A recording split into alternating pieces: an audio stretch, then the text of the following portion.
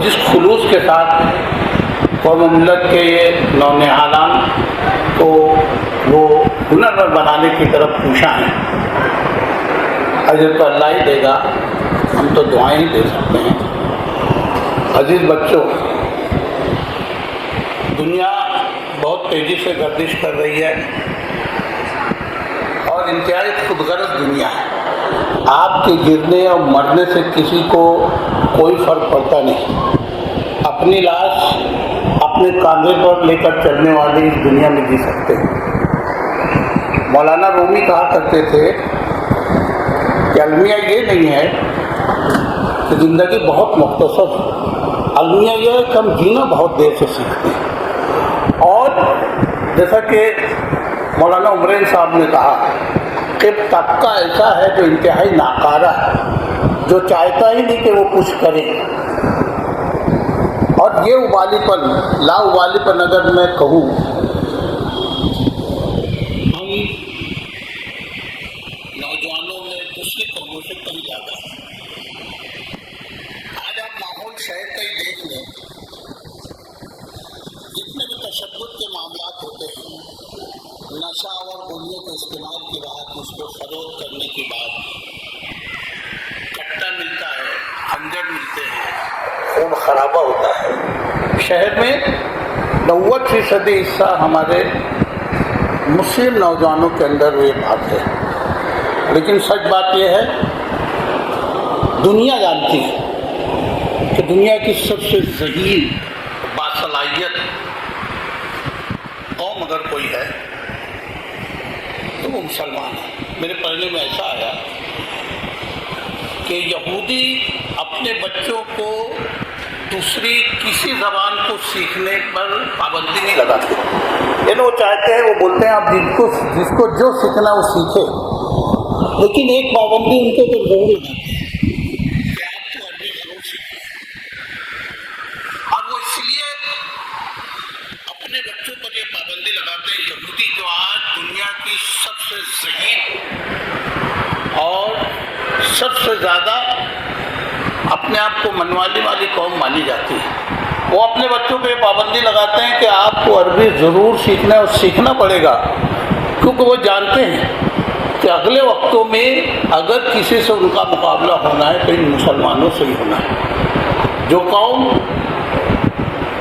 سینکڑوں کی شکل میں قرآن کو حفظ کر سکتی ہے، اس کی ذہانت کے بارے میں تو کوئی شک و شبہ ہو ہی نہیں سکتا۔ میں آپ بچوں سے یہی کہنا چاہتا ہوں کہ اپنے آپ کو پہچانو، آپ اس قوم کے نونہالان ہو کہ جس کو اللہ اور اس کے رسول کے علاوہ کسی سہارے کی ضرورت نہیں ہے۔ دنیا کتنی بھی آپ کے دشمن ہے، آج کے جو حالات اس ملک کے ہیں ہمارے لیے نہ گفتہ ایک دم بیان کے باہر ہے، لیکن ہم کو نا امید ہونے کی ضرورت نہیں ہے۔ ہم نے اگر 800 سال اس ملک پر راج کیا ہے تو عدل انصاف کے ساتھ کیا ہے۔ میرے پڑھنے میں ایسا آیا کہ دیکھیے اس بادشاہ کا نام میں بھول رہا ہوں، جب تک اس کے دسترخوان پر علماء اور فقہا کے 400 لوگوں کی تعداد اس کے دسترخوان پر نہیں بیٹھ جایا کرتی تھی، وہ کھانے کے لیے نہیں بیٹھتا تھا۔ کہنے کا مطلب یہ ہے کہ اس وقت کے ہمارے حاکمان نے عدل انصاف کے ساتھ، دین کے ساتھ، لوگوں کے ساتھ انصاف کی، اس لیے ہم نے اس ملک پر 800 سال تک راج کیا ہے۔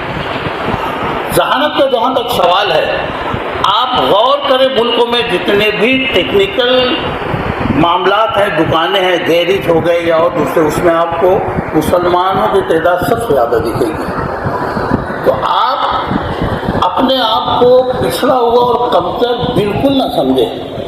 آپ اس قوم پہ ماننے والے ہو کہ جہاں اقرا کی شروعات تعلیم سے شروع ہوئی ہے نا، تو میں کہنا ہی چاہتا ہوں کہ یہ چھوٹا سا کورس جو آپ نے کیا، اور جیسا کہ پروفیسر حبیب الرحمان صاحب نے کہا کہ تعلیم کی کوئی حد نہیں ہوتی، ہر کمال را زوال بولا جاتا ہے نا، کہ آپ جب تک سیکھتے جائیں گے، آپ اوپر چلتے جائیں گے، جس دن آپ نے اپنے آپ کو کمال کا پہنچا ہوا سمجھ لیا کہ وہی سے آپ کا زوال شروع ہو گیا، تو سیکھنے کی کوئی حد ہے نہیں۔ اور کو تو ذہانت اور سیکھنا ورثے میں ملا ہے، اس لیے اس موقع کو غنیمت جانیے اور اس دور کو پکڑ کر آگے بڑھنے کی کوشش کیجیے۔ میں باقی تمام لوگوں کی طرف سے آپ لوگوں کے روشن مستقبل کا خواہاں ہوں، دعاگو بھی ہوں، اور ایک بات کہہ کے اپنی بات ختم کروں گا کہ دیکھیے، سر اٹھا کے جیے، سر اٹھا کے جینے کی قیمت ادا کرنا پڑتی ہے۔ سر جھکانے والے کو معاوضہ ملتا ہے، ہم کو معاوضہ نہیں لینا ہے، سر اٹھا کے جینا ہے۔ ہمت تو پیدا کر، فردوں سے بنی اپنا، مانگی ہوئی جنت سے دوزخ کا بخشا۔ بہت بہت شکریہ۔